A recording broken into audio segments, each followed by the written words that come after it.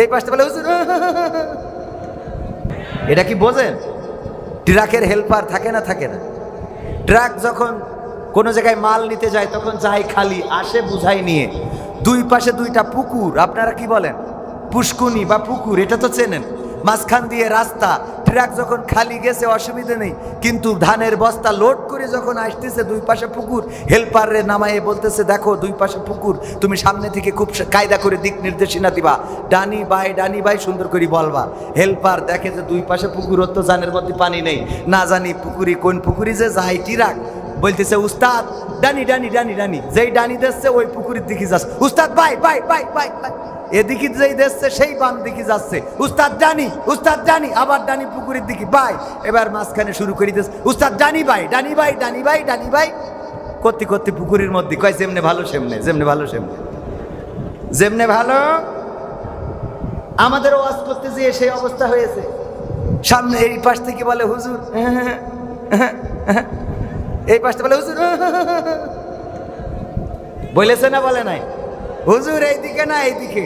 চৌগাছায় গেলাম, এক চেয়ারম্যান বলতেছে আমি আলহামদুলিল্লাহ আপনাদের চেয়ারম্যান, পরিচয় করে দিলে। আমি তো 2 ঘন্টা ধরে ওয়াজ করলাম বাংলাদেশে যত উন্নয়ন আছে, টানেল, পদ্মা সেতু, ফ্লাইওভার, এক্সপ্রেসওয়ে, বিমান বন্দর, এই সেই বেইমান টেমান যা কিছু করেছে সব শেষ। মোনাজাতের সময় বলছে হুজুর খালেদা জিয়ার জন্য একটু দোয়া করতেন। বলছে কেন? তা বলছে আমি বিএনপি চেয়ারম্যান। বলছে আগের থেকে বলবেন না? আমি তো 2 ঘন্টা ধরে উন্নয়ন করা সব শেষ। কারণটা কি কন্ত? কারণ কি? ওই সময় চেয়ারম্যান বললেই মনে হয়তো এ বিশেষ দলের চেয়ারম্যান, ঠিক না বে ঠিক?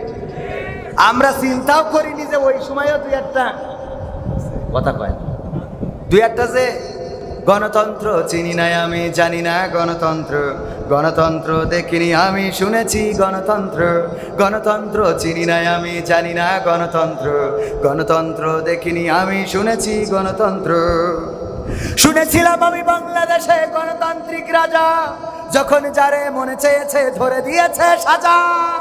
শুনেছিলাম আমি বাংলাদেশে গণতান্ত্রিক রাজা, যখন যারে মনে চেয়েছে ধরে দিয়েছে সাজা। কাউকে দিয়েছে ফাঁসির দণ্ড, রেখেছে আয়না ঘরে, কাউকে আবার লাশ বানিয়ে ভাসিয়েছে সাগরে। কাউকে দিয়েছে ফাঁসির দণ্ড, রেখেছে আয়না ঘরে, কাউকে আবার লাশ বানিয়ে ভাসিয়েছে সাগরে। করেছে এসব কিসের জোরে? ছিল কি দাদার মন্ত্র? কেমন গণতন্ত্র ছিল, কেমন গণতন্ত্র, গণতন্ত্রের আড়ালে ছিল দাদার ষড়যন্ত্র।